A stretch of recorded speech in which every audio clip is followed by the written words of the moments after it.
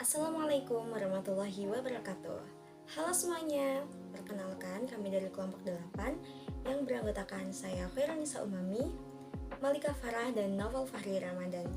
Pada kesempatan kali ini, kita akan memaparkan materi dengan tema penganggaran pada Bank Syariah.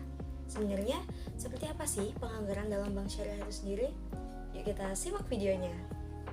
Nah, sebelum kita masuk lebih jauh tentang penganggaran, kita akan mengenal terlebih dahulu apa sih itu anggaran. Anggaran adalah suatu rencana yang disusun secara sistematis yang meliputi seluruh kegiatan bank yang dinyatakan dalam bentuk unit atau kesatuan moneter yang berlaku untuk jangka waktu periode tertentu di waktu yang akan datang. Nah, secara singkatnya, penganggaran adalah merupakan langkah-langkah yang menjadi dasar bagi penetapan strategi bisnis itu sendiri. Nah, selanjutnya kita akan masuk ke manfaat dan juga keuntungan dari budgeting atau penganggaran itu sendiri. Yang pertama adalah sebagai stimulus terhadap pertimbangan basic policy of management. Nah, yang kedua, adanya polarisasi tanggung jawab yang jelas. Yang ketiga, mendorong anggota untuk ikut dalam penetapan tujuan. Nah, yang keempat, mendorong semua pihak untuk membuat rencana sesuai dengan tupoksinya masing-masing. Yang kelima, mendorong manajemen untuk merealisasikan terhadap apa yang sudah direncanakan tadi. Yang keenam, mendorong untuk memakai data keuangan yang dahulu. Dan yang terakhir adalah mengharuskan akan pemakaian tenaga kerja, fasilitas, dan kapital seekonomis mungkin. Nah, selanjutnya akan dibahas oleh rekan saya.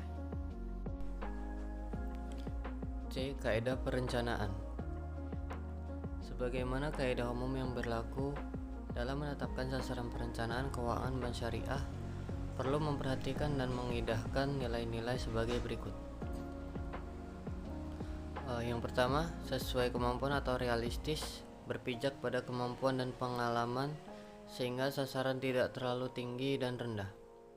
2. Diformulasikan dengan khas, jelas, dan spesifik. 3. Hasilnya dapat diukur secara kuantitatif jelas. D. Pembatasan anggaran. Untuk membuat suatu perencanaan yang melibatkan waktu yang akan datang, sehingga diperlukan batas atau batasan asumsi. Yang pertama, didasarkan pada estimasi atau taksiran. Yang kedua, disesuaikan dengan perkembangan situasi dan kondisi. Yang ketiga, merupakan alat bantu terhadap pelaksanaan, pengawasan, controlling, evaluasi. 4. Dalam realisasi budgeting perlu usaha dan kerja keras. Sumber dan alat bantu budgeting. Sumber-sumber yang digunakan sebagai data dan juga sebagai asumsi dalam mengestimasi rencana keuangan sebagai berikut. Yang pertama, laporan keuangan tahun lalu.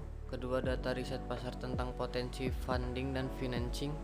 3. Permohonan financing yang akan direalisasikan untuk periode yang akan datang. 4. Rencana angsuran pembiayaan. 5. Rencana pengeluaran biaya periode berikutnya. 6. Polis bank syariah. 7. Asumsi dalam penetapan cash in dan cash out. Sedangkan alat bantu yang digunakan untuk budgeting adalah menggunakan cash flow, aliran cash. F. Format cash flow.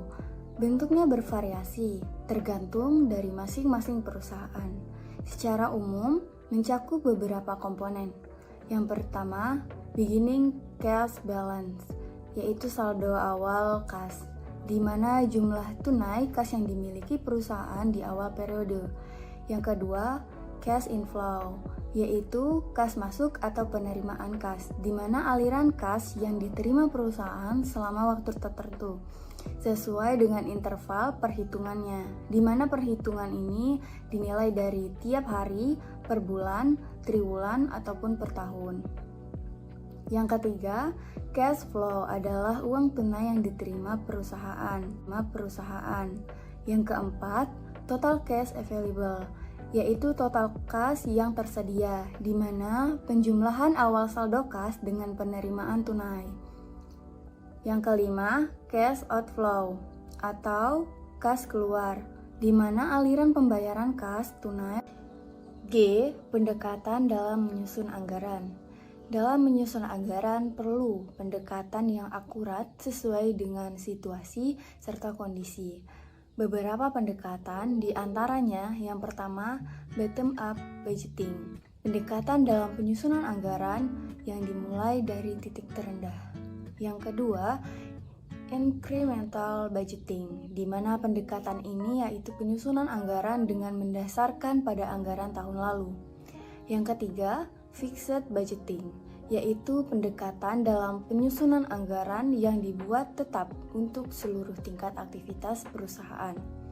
Yang keempat, flexible budgeting. H. Penyusunan anggaran bank syariah. Di dalam penyusunan anggaran dana bank, langkah pertama yang perlu diperhatikan yaitu mengadakan penelitian faktor-faktor apa saja yang perlu dan yang mempengaruhi besar kecilnya dana yang diperuntukkan untuk suatu bank untuk membelanjai kegiatan usahanya. Berikut adalah faktor-faktornya. Yang pertama, tingkat kualitas manajemen. Yang kedua, tingkat likuiditas yang dimiliki. Yang ketiga, tingkat kualitas aset. Yang keempat, struktur deposit atau simpanan. Yang kelima, kualitas sistem prosedur. Dan yang keenam, pemilik dana serta pemupukan modal.